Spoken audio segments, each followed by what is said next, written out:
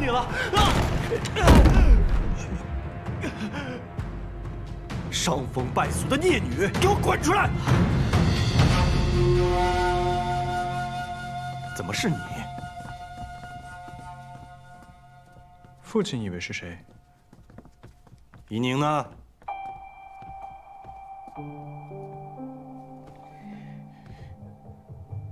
父亲，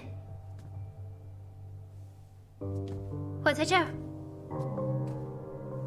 您找我？怡宁啊，你没事吧？祖母，母亲，我没事。就是这个人把我敲晕，还将我胁迫至此，还好3个及时赶到，才救了我。七姑娘，你胡说什么呢？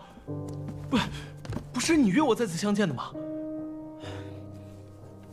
这不是你让小丫头带来约我见面的信吗？的确是七姑娘让我把信交给此人的。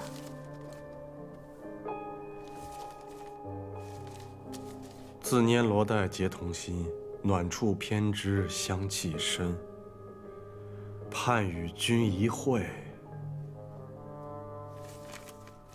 怡宁，你的字迹我是认识的，的确是你写的。还有什么可说的吗？父亲，字迹可能是模仿的。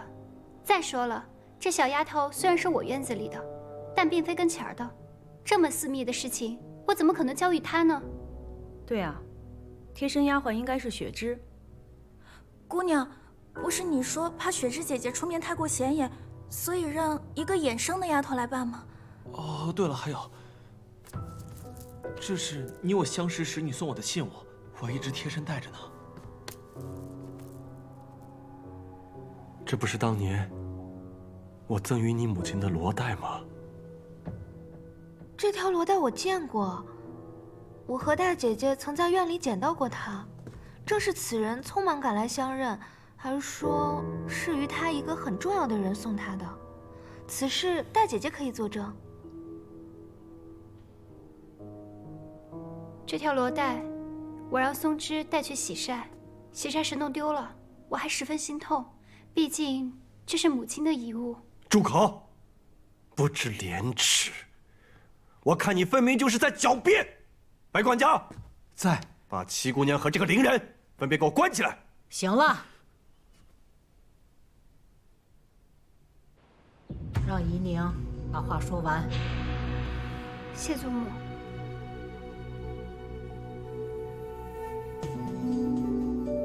我何时赠予你这罗带？远景阁那日，有贼人生乱，你迷了路，是我救了你。你是如何救我的？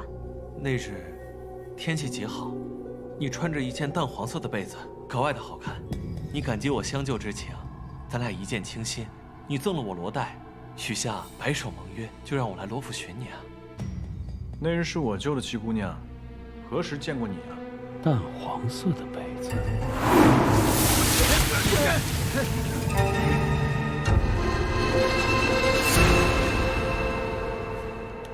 三公子就不必再替我们遮掩了。那是第2天早上我们遇见了你，七姑娘说你是她三哥，凡事呢都要替她遮掩。但如今我与七姑娘之情，就不必再隐藏了吧。七姑娘，你要相信我，我定不会负你的。母亲，家门不幸，我打死你！住手！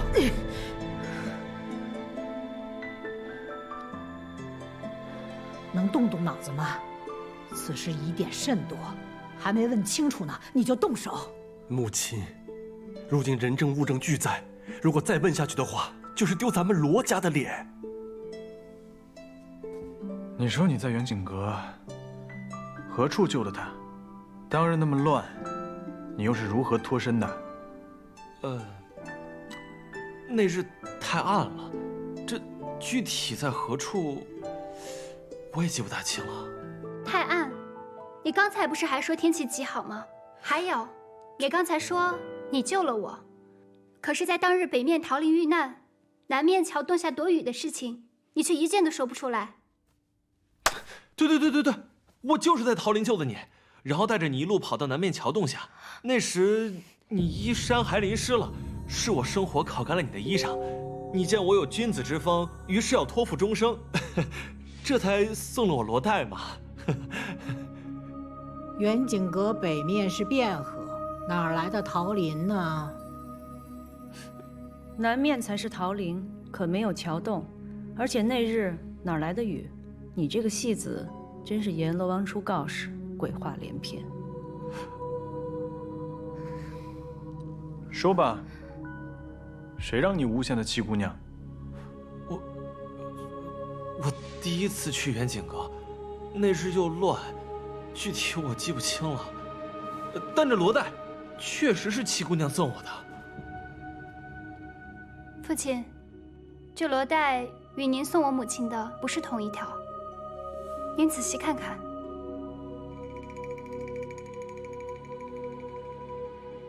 当年我定制了2条，为的是妻妾之别。送给你母亲的是7叶兰花，送给月蝉的是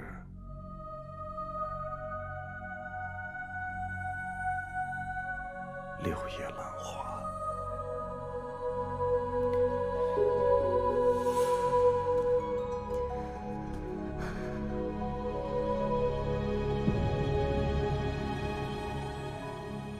这是我的罗带，不可能，这怎么可能是我的呢？这一定是有人偷了妾身的罗带啊！老爷，你一定要替妾身做主。妾身本以为有人陷害七姑娘，这倒好啊，都怀疑到妾身头上来了。是啊，弟弟，我那日和大姐姐看到了，就是7叶兰花。大姐姐还说这兰花绣得精巧，不信你请大姐姐来一问便知。白管家，在。去请大姑娘过来，然后跟陈公子说，就说还能说什么？你还能说什么？就说我又病了，宴席往后推，望其海涵吧。是。是。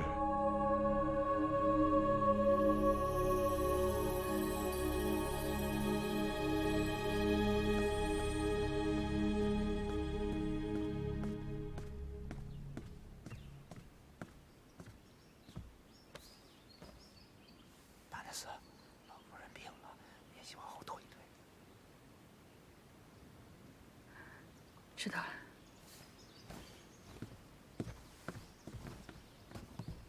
程公子，老夫人突然病倒了，这宴席恐怕要改日了，真是对不住。老夫人病得可要紧，我去看看吧。不劳烦程公子了，现在老夫人的院子里全是人，我也得赶快去伺候着。既是如此，那我也不便多叨扰。今日我就离府，烦请陈大娘子替我转达。多谢程公子。秀儿，你跟山哥快回院子去吧。啊，我也想去。哦，走吧。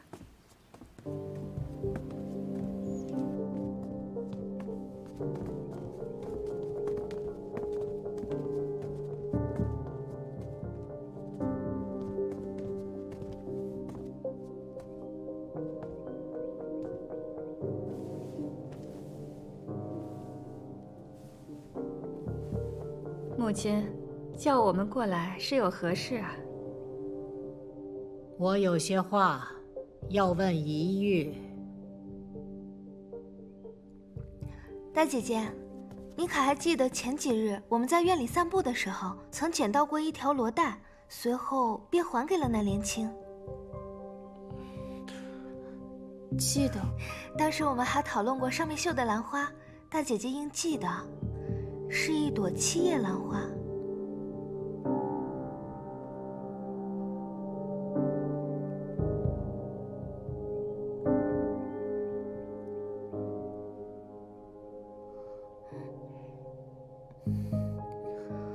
我只记得是一朵兰花，但忘了是几叶了。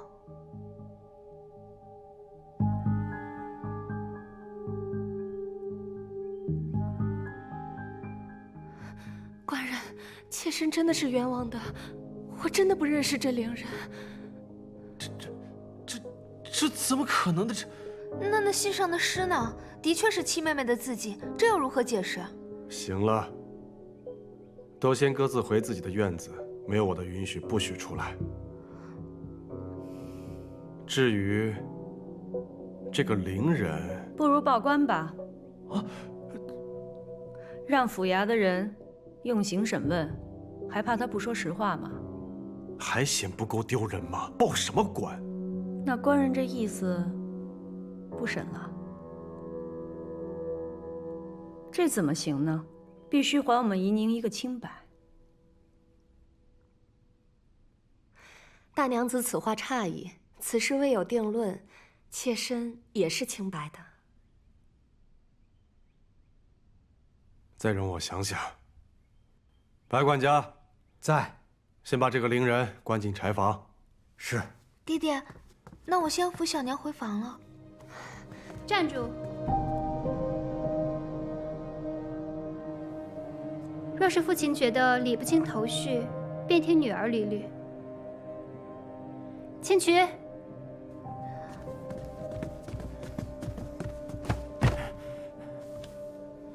父亲，这位就是陈四，乔五爷的手下，也是之前在木樨堂服侍过的吕妈妈的儿子。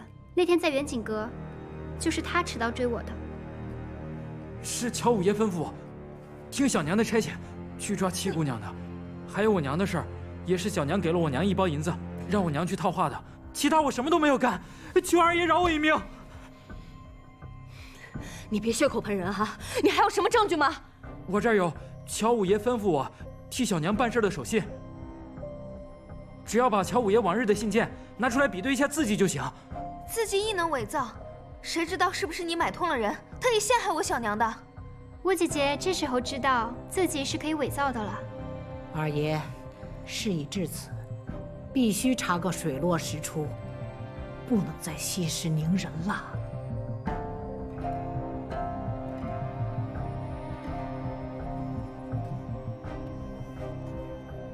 但凭母亲吩咐。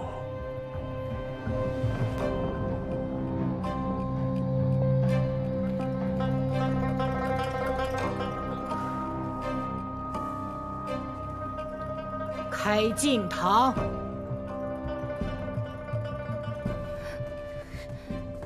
母亲，那我也先带怡玉回去了。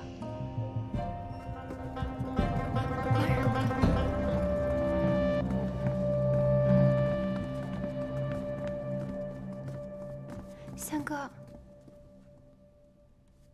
多谢。七姑娘，七姑娘，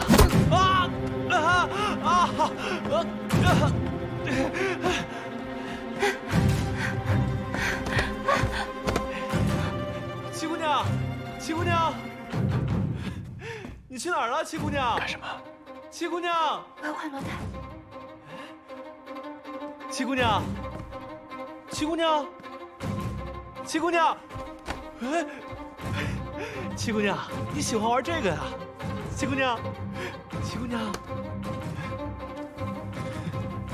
七姑娘，七姑娘，摸到你的手了，七姑娘。哦。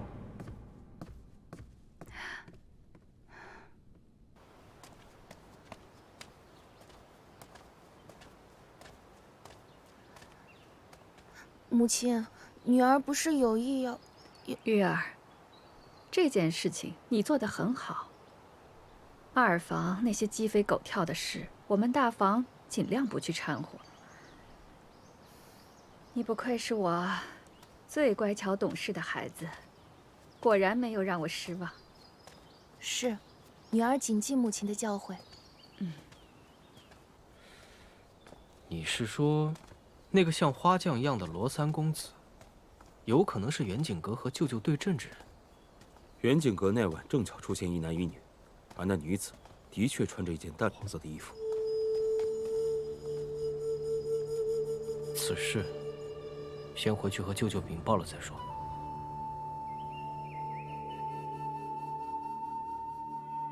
乔月禅，这么多年来，我念你为我们罗家育有一儿一女，所以我就缺少对你的管束了。但我万万没有想到，你竟然行下如此恶举，蓄意谋害婆母，袁景阁劫杀嫡女，如今你还想毁其清誉，你可知罪？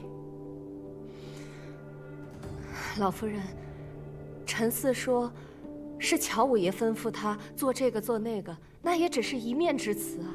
乔五爷本人并不在此，陈四敢跟他当面对质吗？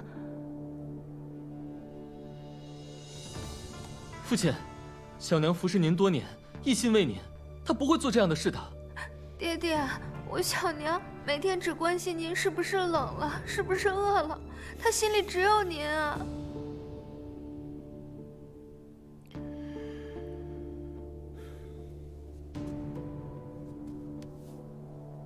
母亲，月禅所言也有道理，不如我们找到乔武，让他们当面对质一番。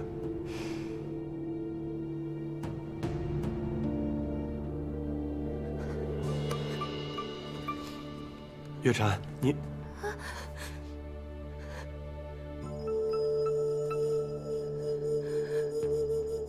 白管家，在，去请大夫过来。是。父亲，不用着急，这大夫马上就来了。大夫来了。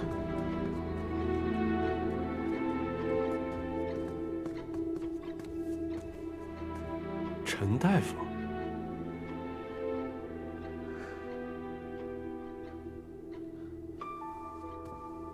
老朽孟和堂见过老夫人，见过罗二爷，没想到10多年不见，二爷还记得老朽。你不是陈大夫吗？怎么姓孟了呢？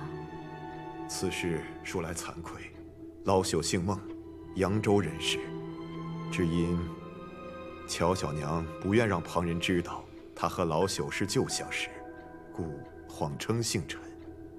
老爷息怒，妾身确实去到扬州找他瞧过病，也只是相信他的医术，又很担心专程从扬州请个大夫进京会遭人诟病，这才请他一名。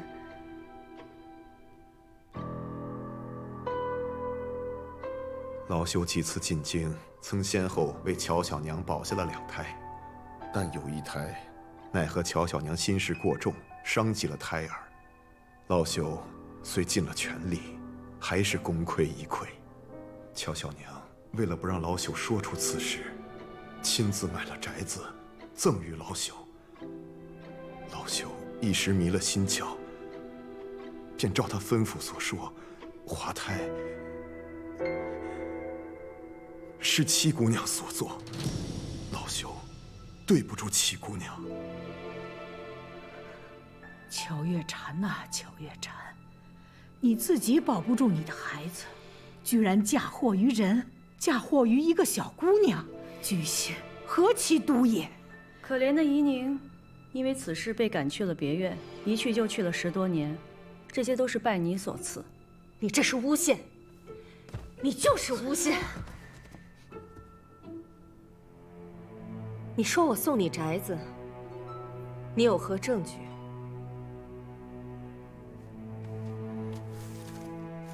有房契为证。如今写字都可以作假，房契也可以作假。这是你亲手给我的，怎会有假？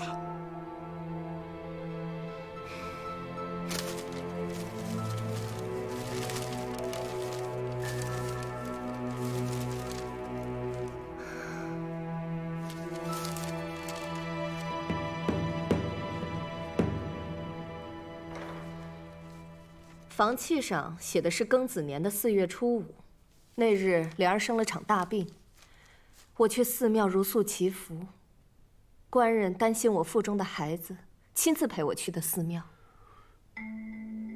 我记起来了，那天是立夏，正好是4月初5。你还说过，若孩子出生可取夏字为名。幸好你记得，否则我还真成了有罪之人。只可惜啊，这作假之人还让我分身去取了房契，亲手送给了孟和他。这些话是七姑娘让我说的，那宅子也是她送给我的，让我编排当年的旧事，来陷害乔小娘。七姑娘真是有手段，你这是要把我置于死地呀！枉我当初对你视如己出，比对莲儿都好，你为什么要陷害我？孟大夫，一个人不管做错了什么事情，都不应该祸及家人。你还准备这么错下去吗？七姑娘，你不但找了人，你还要找他的家人去威胁他吗？收买、威胁、利用，这不就是你乔小娘最惯用的手段吗？请取。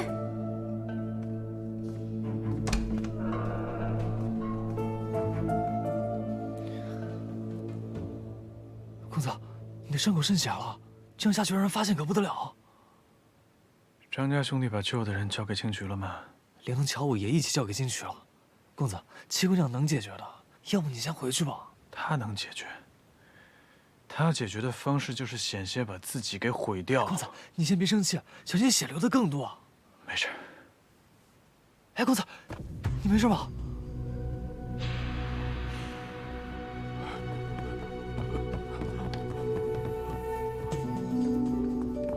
姐，你别怪我，这件事情瞒不住了，我全都招了。二爷，老夫人，我知道错了，饶了我吧，饶了我吧，我错了。老夫人，此人是乔五爷，受了乔小娘的指使抓了孟大夫，后来孟大夫被我接走了，他便抓了孟大夫在老家的妻女。孟大夫回京以后，他伺机接近威胁，让孟大夫反过来诬陷我家七姑娘。我这里有乔五爷的罪状，还有乔小娘指使乔五爷做事的亲笔信。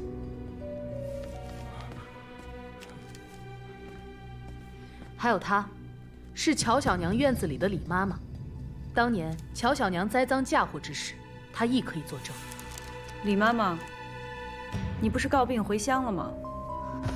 大娘子，因为老奴知道乔小娘当年对七姑娘还有顾大娘子所做的恶事，她怕老奴离开她的院子之后说漏嘴，于是威逼着老奴离开，又在半路想加害于老奴。幸得青曲姑娘相救，快走，老奴愿作证。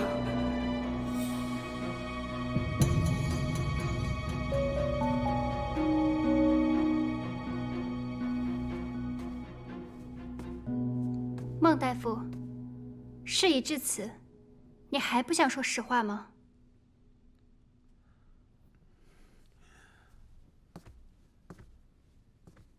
当年，乔小娘曾向老朽要过一本医典，上头有个方子，可以致人产生滑胎之象，而不会真正的伤害胎儿。老朽也是后来在药渣当中知晓此事的。可当时顾大娘子已然离府，老朽也不便再多言。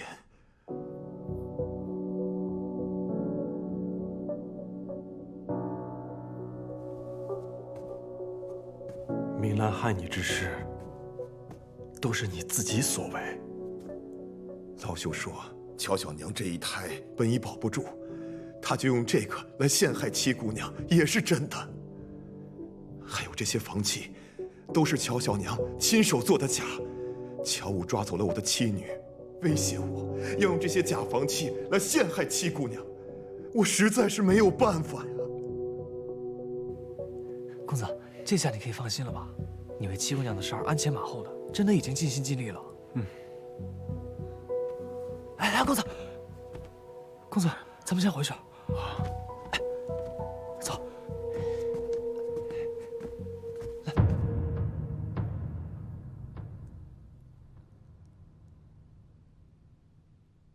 罗姨娘，当你进府第一天，这一幕就是你盼着的，你如愿以偿了。乔小娘，这句话应该是我问你吧？自打我回府以来，你就一直算计，却没想到搬起石头砸了自己的脚。我哪算得过你？仗着罗家嫡女的身份，作威作福，那也比不上小娘心思歹毒。先是害了我母亲，如今又想害我。今天的这一切，都是因为你咎由自取。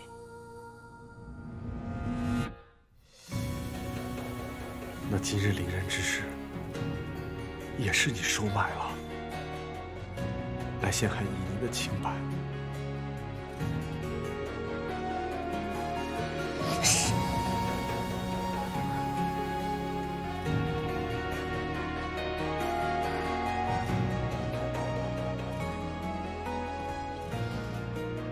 月禅，自从你我初相识起，你便善解人意，知书达理。我视你为知音呐，可你为何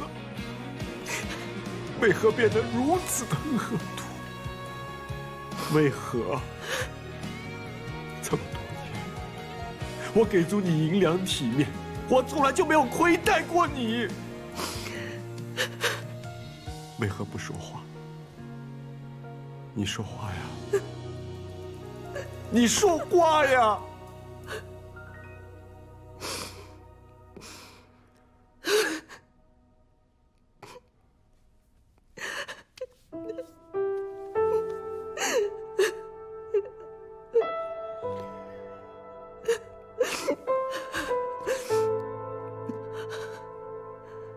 我现在还说什么？我在你面前还能说什么？啊！当年你许我的大娘子啊，你娶了顾明兰，我都不知道我哪一点比不上她。是不是只因为我是一个庶女？你告诉我，我到现在都没有弄明白。与我在一起，你就是为了大娘子的名分吗？我一日做了妾，我就是想赶走顾明兰。可之后你又娶了林寒如，她又是一个富家之女，我又怎么比得过？我该，我是有错，可是我千错万错。我为你生下了一儿一女，我心里念的想的都是你。我的一辈子都给了这两个孩子，我没有什么想法。我希望我的两个孩子能够为罗家光宗耀祖，你明白吗？我一生都很好强，我是错，我是输，我的孩子不能输。罗成章，我们的孩子不能输啊！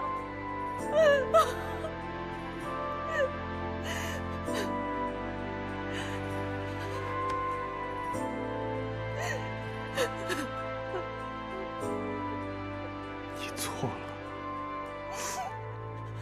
回不去了。成章啊，过来。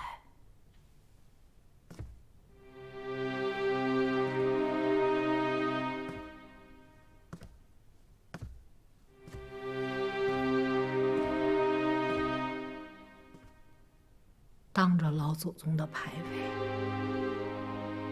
这件事应该有个了断了。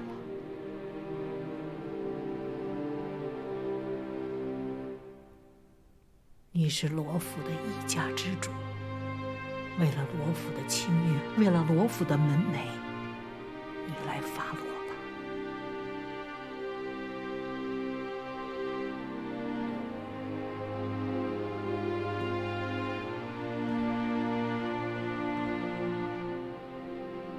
来人，把乔月禅给我拖下去，杖责50，赶去田庄。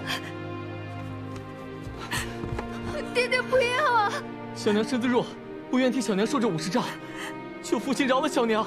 爹爹，小娘就算有错，但罪不至死，求爹爹开恩！别去求他们，起来。莲儿乖，轩儿乖，莲儿照顾轩儿，轩儿好好读书，啊！给我拖下去！放开！我自己走。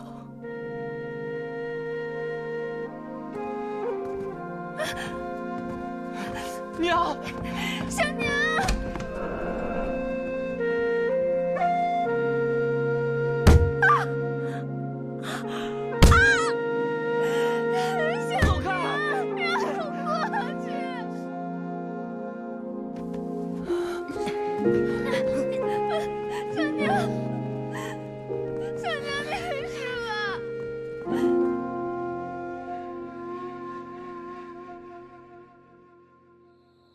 什么事儿这么着急啊？还神神秘秘的。嘘，刘九言，跟我来。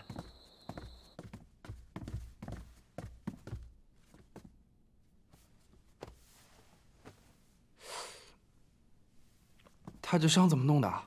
刘九言，听说你最会古道药了，有没有什么好用的伤药啊？现成的伤药我也没有啊。你需要什么药告诉我，我去抓。就算找到了药材，制药也需要花时间啊。那你好歹想办法先让我们家公子醒过来啊！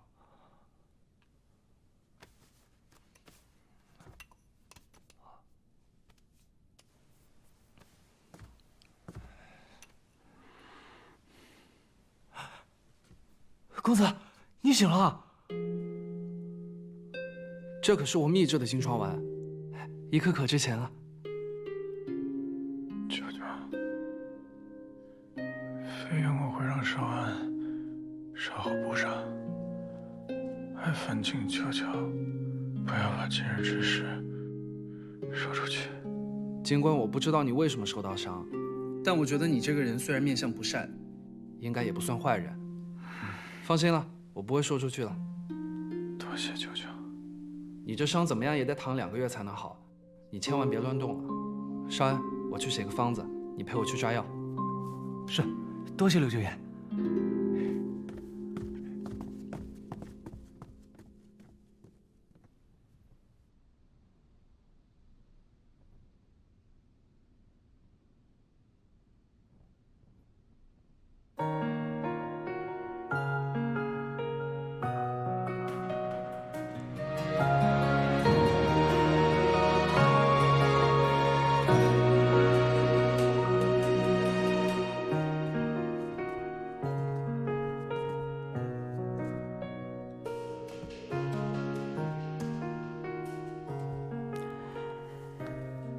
祖母，在你母亲的灵位前跪下。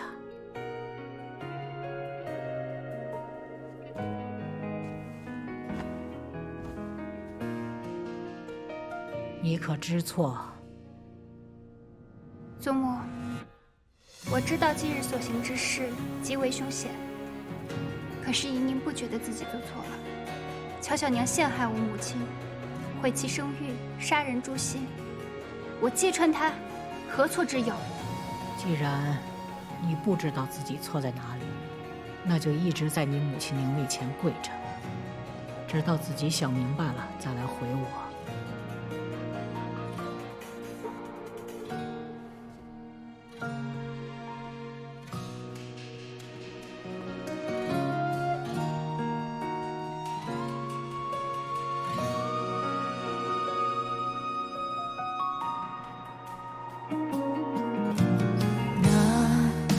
做尘埃微弱，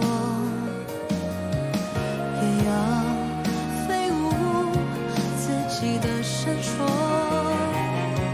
穿过无尽的烟火，踏平风波，为你为我为承诺守着不破。三哥，你也觉得我做的不对吗？若你出事，即使洗清了冤屈，又有何意义？你母亲泉下有知，会心安吗？你为母洗冤势在必行，可无论你多心急，都得设法保全住自己。这次是侥幸了，下次呢？人活一世，会有一个又一个的目标想要去达成。倘若你总是这般不计后果，迟早会吃大亏。感谢三哥一直以来对我的相助。你可以说我行事冒失，不计后果，但是我绝不会后悔。任何事情，无论筹划多久，都会有风险。与其瞻前顾后，不如找一个合适的时机搏一搏。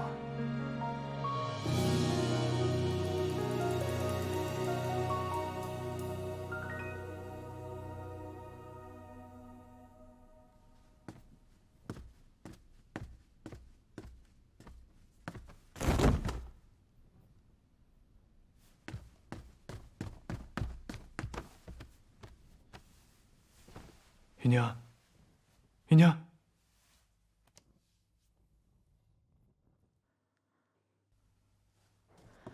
依宁她怎么了？回老夫人，姑娘她又发高热了。那还不快去请大夫？大娘子，松枝已经去请了。青渠呢？他不是懂医术吗？姑娘吩咐青渠安全地把孟大夫老小送出城，他还没回府。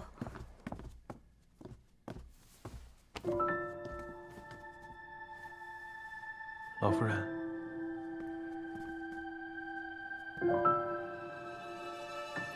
你回去吧，大夫马上就来了。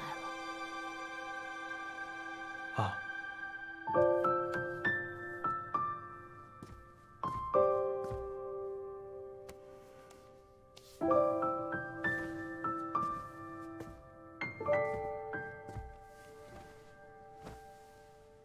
孩子呀，你怎么这么倔呢？你看看，你都烧成这样了，也不肯求个饶，祖母真为你担心啊。李大夫，这边。哦，好。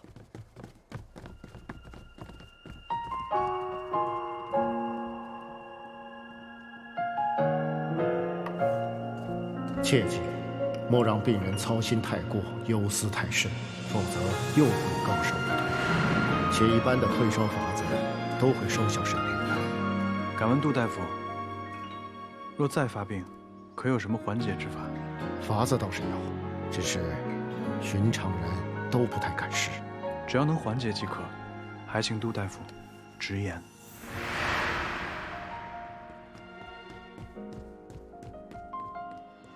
你们家姑娘怎么样了？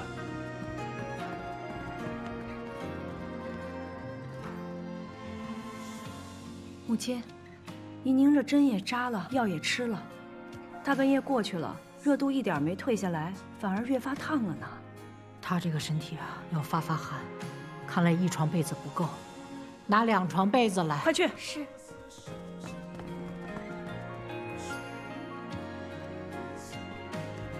给我。不能干！让开，让开！哎，你要干嘛呀？沈远，你给我出去！你去拿冰和酒来，越烈的酒越好，快去！不是，你这是要干什么呀，沈远？万万不可的，他得了风寒，不能再雪上加霜了。难不成你要害他吗？我要是要害他，我让他在经堂跪着就好了，我把他抱回来干什么呢？这不行。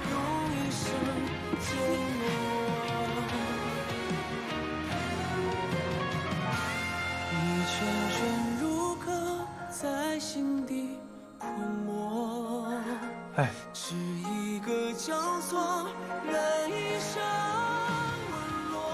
亲，能试的方法咱们都试过了，但也没用，要不然让慎远试试吧。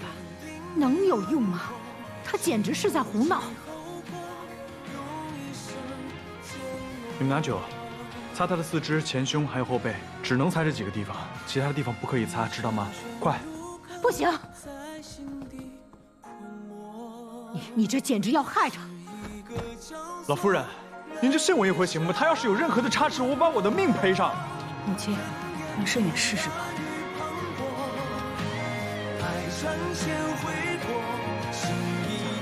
快！在罗府跟你抢证词的，确定是李应龙。回侯爷，应该是。他的那枚扳指，我与他交手几次都见过，而且武功招式也一样。那份烧掉的，确定就是孙成武的证词。这个，属下没有看清，但是李应龙拼死保护，应该没错。什么叫应该？什么都应该。不过，这倒让我觉得蹊跷了。李应龙这样一个沿海船队的人，像丧家之犬一样逃到京城，怎么会那么快就摸清了罗府的门路？舅舅怀疑这是故意掩人耳目，可是罗老夫人痛心罗老太爷。还有没有什么其他可疑之人？侯爷，远景阁那日，罗家七姑娘被人追杀，当时七姑娘穿着一件淡黄色的被子，属下记得，黑衣人劫走的女子也穿着一件淡黄色的被子。那七姑娘还说，当时救她的是罗家三公子，那这个罗三公子很有可能跟黑衣人是一伙的。罗三公子，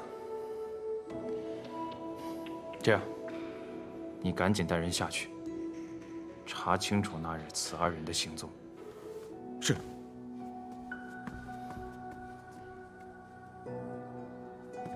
还有事？舅舅，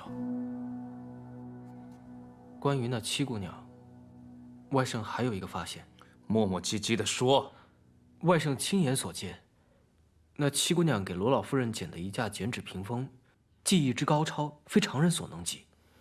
不知跟舅舅要找的人有无关系？不过我特意在他面前提到您，原本想试探一下，但他毫无反应，兴许是我多心了。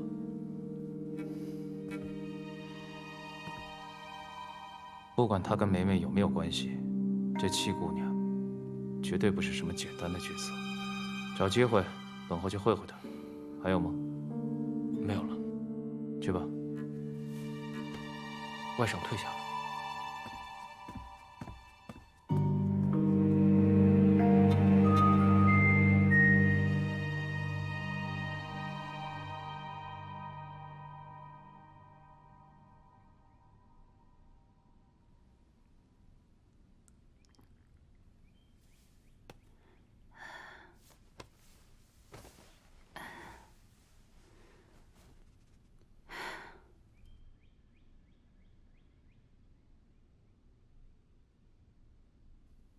姑娘，你醒了。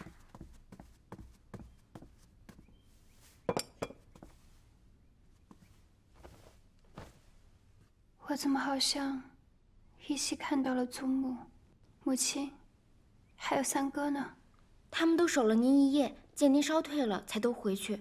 昨晚真是太惊险了。我不过是发热而已，被你说的，就好像得了什么大病一样。您虽然只是发热，但怎么吃药扎针都不见效，还是三公子用冰镇的法子帮您退烧的。三公子昨晚可被老夫人骂惨了。姑娘，老夫人的气还没消呢，说等您病养好了，接着到木樨堂领罚。我知道了，你让松枝过来拿点吃的，你给我梳妆一下，我这就过去。姑娘，你这才刚好，老夫人都说了，是等您病养好了。放心，我没事的。祖母表面上是在跟我生气，其实心里还是疼我的。越是这样，我就越要去领罚。这次气到祖母了，是我做的不好。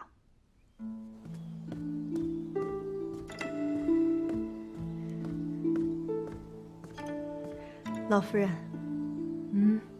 怎么样？他醒了呀？已经醒了，喝了粥，也服了药，应该没什么大碍了。老夫人放心吧。要不然您去看看？不去。我要是去看他，他更不在意了，以后还会这样。不去。七姑娘，你怎么起来了？老夫人刚还念叨你呢。祖母，祖母，祖母，我都烧了1夜了，还跪了好几个时辰，您就别生我的气了。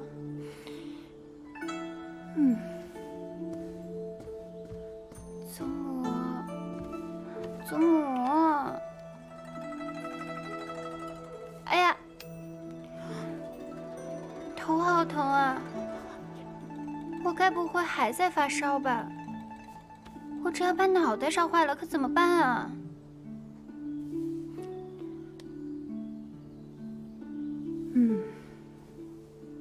你真要是个傻的，我就不用操那么多的心了。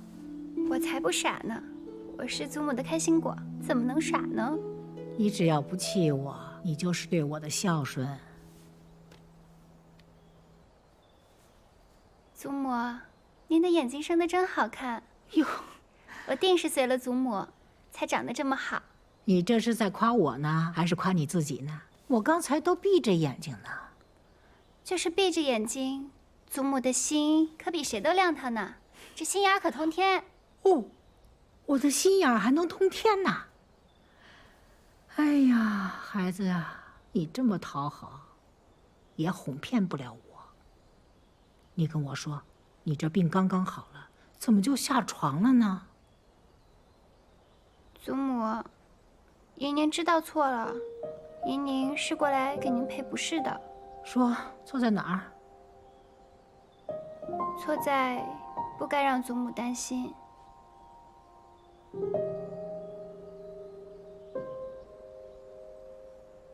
哎，宁儿啊，真是一个乖巧的孩子。这么多年来，一直有一件事让我睡不好，吃不好。我就想，要是当年没为你父亲去顾家求娶，也许你母亲现在还活得好好的呢。祖母，这件事情怎么能怪您呢？可是祖母一直很愧疚。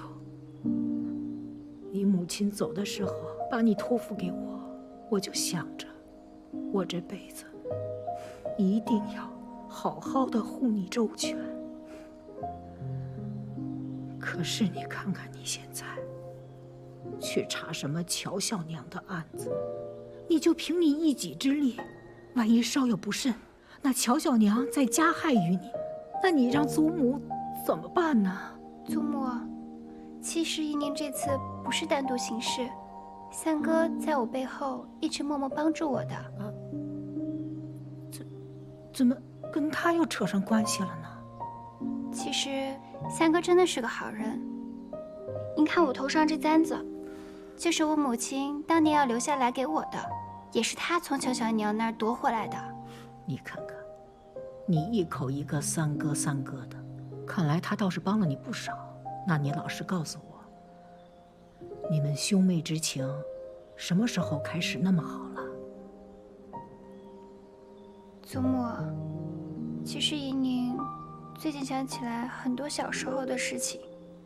小时候我就经常欺负她，可是她从来不恼我。而且我也觉得时常和她同病相怜，都是因为生母的缘故，被父亲厌弃。可是好在我还有祖母、母亲啊。可是三哥就太可怜了。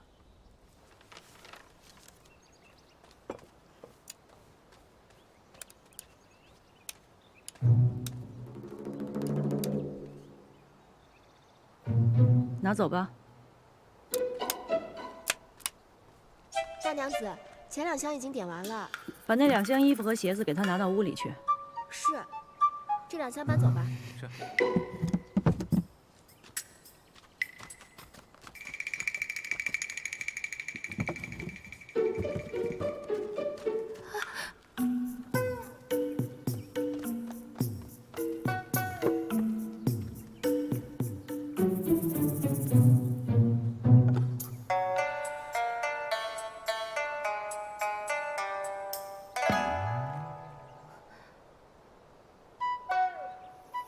拿走。等一下，等一下，大娘子，这个镯子是我小娘进府时自己带来的，不能拿走。这镯子值多少钱，你知道吗？就凭你小娘那个出身，她进府前能有这样的好东西啊？这兴许是爹爹送给我小娘的。那好啊，那我们就去找你父亲当面对质，看看是不是他买的。你小娘这私账上清清楚楚的写着呢，她变卖了顾大娘子的陪嫁，大到屏风，小到衣服首饰，连一双鞋子都不放过，共计800贯。这只镯子是因为实在太贵重，她舍不得卖。这不可能！这些东西本该是属于怡宁的，被你小娘卖了个干干净净。现在东西找不回来了，钱也花了个七七八八。你要是想留住这箱东西，那你拿什么偿还给怡宁呢？还有，他这些年掌管罗府，留下了那么多亏空，自己倒是置办了不少家业。他哪来那么多钱呀？这是我小娘平时省吃俭用。我呸！他的月钱是有定数的，存10辈子也存不了这么多钱。他有几只手，偷了多少钱，你心里没数吗？还请大娘子手下留情，我们碧莲阁这日子总归还是要过下去的。轩哥马上就要参加秋闱考试了，总不能亏待了他吧？你碧莲阁该有的都有，桌椅、屏风、床榻、衣箱都各留了一套。府里按例发放的衣服、鞋子一个都没拿走。我是少了你吃穿，还是没给你们床睡？怎么就亏待他了？姑娘，又要装晕是吧？我告诉你，你少来这套。你要是真不服气，咱们就到大门外把事情摊开了说，让大家评评理。要不然你就别啰嗦，别怪我这个大娘子不容人。把剩下的东西通通搬走，给五姑娘腾个地儿，让她躺下。是。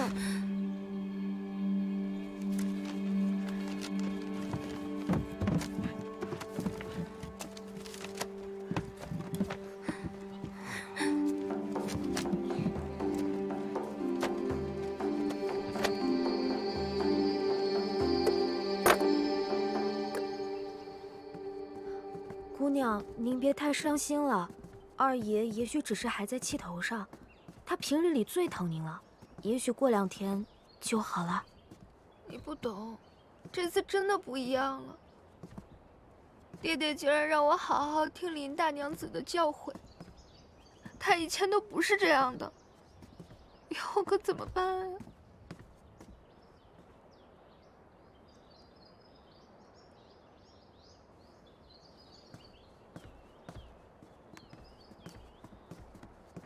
大姐姐为何一个人在此处绣花呀？五妹妹这是刚哭过，眼圈红红的。大姑娘有所不知，我家姑娘最近被欺负惨了，整日里一直在哭。英儿别说了，事已至此，我也怪不了任何人，只是今后实在是不知道该怎么办了。我劝妹妹放宽心些，少几个心眼子，也不至于落得多行不义必自毙的下场。大姐姐此话是何意啊？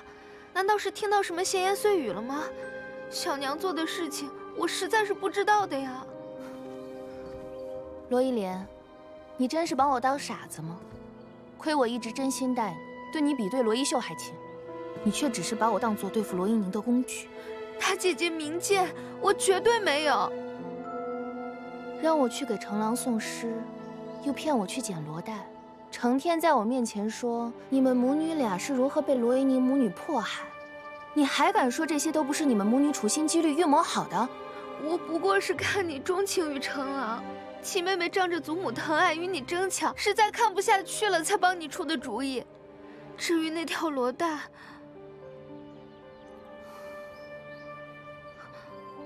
你是故意的，你故意说不知道看到了吉野兰花，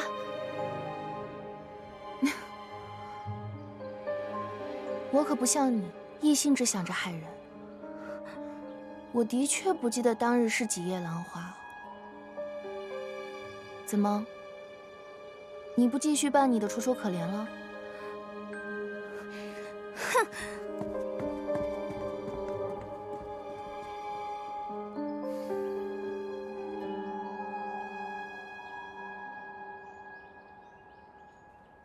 这一次真的多亏大姐姐了。你别误会，我无意掺和你们二房的事，我只不过是把自己知道的事情说出来罢了。那姐姐悄悄让人给我塞纸条，提醒我罗代的事情，又怎么解释啊？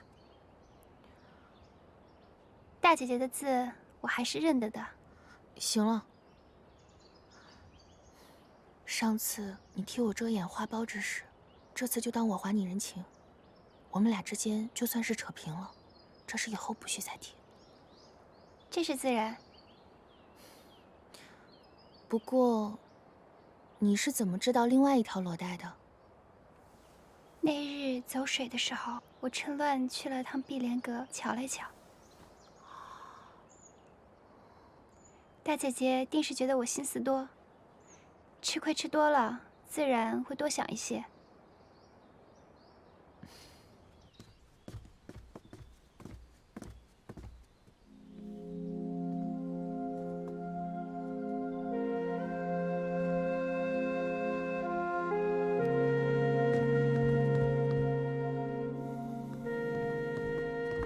父亲，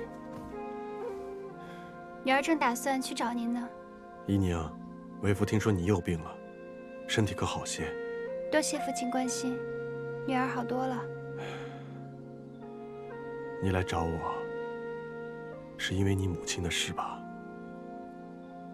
女儿知道，父亲一向重视罗府清誉，不会将乔小娘送去官府。对此，女儿也并不强求。这么多年，辛苦你了，是为父错怪你了。只要父亲可以还我母亲一个公道，女儿并不觉得苦。女儿恳求父亲可以开进堂，当众给我母亲一个解释。这是自然，为父已经知道你母亲的清白，为父一定会讨回一个公道。你好好养身体，其他事情就不要管了。雪芝，扶你小姐回去休息。是，姑娘，我们先回去吧。多谢父亲。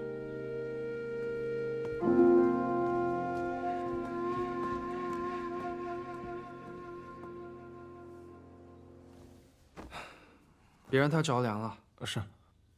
六舅爷，要不我们还是回即墨轩去疗伤吧？你放心吧，我大姐在账房整理碧莲阁的账，那恨不得天天住那儿，不到熄灯是不会回来的。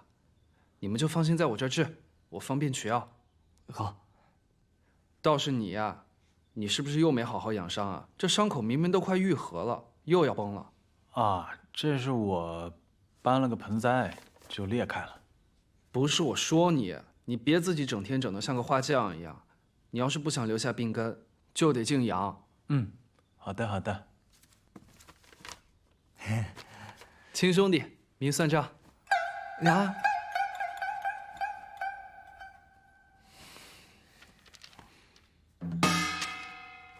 行了，有事儿呢你就让少安找我，我这人帮人帮到底，送佛送到西。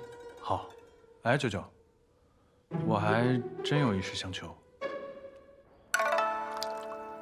六舅舅，你拿来这么多汤药，我已经喝过许多了，而且今日母亲也给我送来许多汤药，我都已经要喝不完了。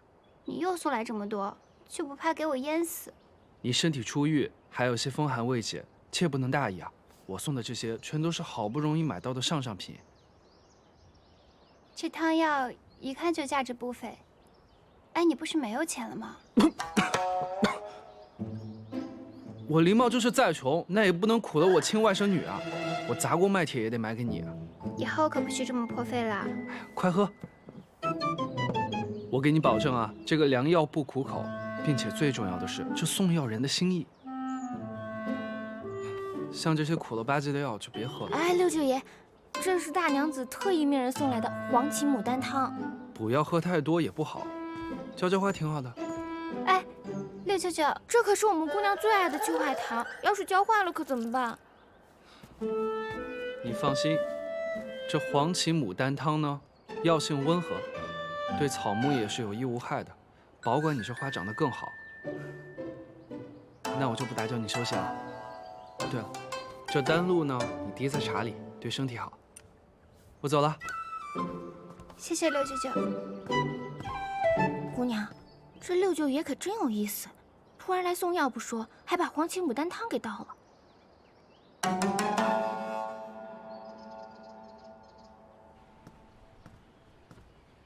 这三外甥送个药还躲躲藏藏的，这俩人该不会真闹别扭吧？果然是小辈，幼稚。不过这三外甥哪儿来的药呢？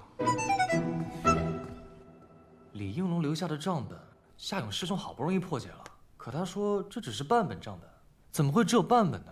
那剩下的账本在谁那儿？或许是在他当年哪个同党的手上。他的同党应该都死了呀。公子，那我让齐安去查一查他的同党还有什么亲眷家属之类的。哦，对了，公子，齐安来信还说陆家学的人正在四处打听宴会当晚你和七姑娘的行踪。我们的人按照你的吩咐，说是没瞧见过你俩。他突然打探我们的行踪，那偏闹事那日，叶岩定是听到了些什么。那他会不会已经怀疑到公子头上了？没事儿，看看他们下一步要做什么吧，见招拆招。三哥，三哥，我听那日雪芝说我生病，你陪了我一宿，还说若我有不测，你愿陪我一同去。三哥，现在除了母亲和祖母，你便是对我最重要的人了。哎，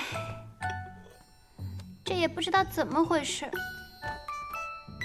又觉得头不舒服。你说我该不会是又发热了吧？哼哼，我看你是好了。你又不是大夫，你怎么知道我好了？都能巧言令色了，定然是好了。哎，那不是百草园的丹露吗？六舅舅也给过我一份，你的这一份也是他给你的？对，六舅舅跟我说，可以把丹露每日往茶里面滴上几滴，可以补气。最近母亲和祖母让我喝的补药够多了，不如我让雪芝把我的这瓶也给你吧。不行，其他的补药你可以都不喝，但是这个丹露，你必须每日都往茶里面滴几滴。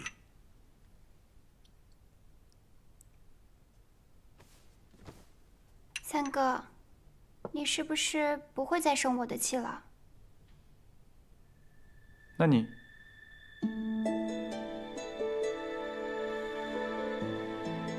先答应我，以后不许再以身犯险了。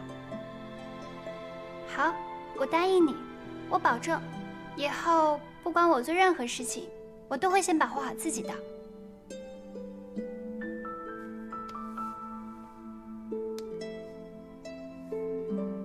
喝掉。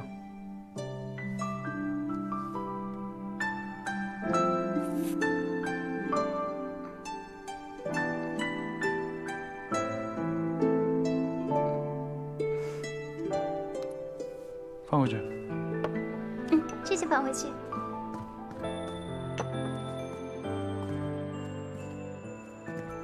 三哥，这龙涎香这么珍贵，你是哪里来的这么多银子？做点小营生，赚些薄利。什么营生？就是一些小买卖，不然我怎么度日啊？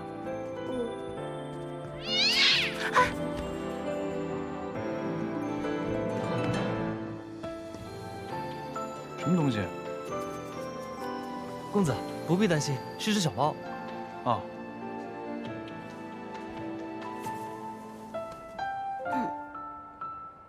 没事了，走吧。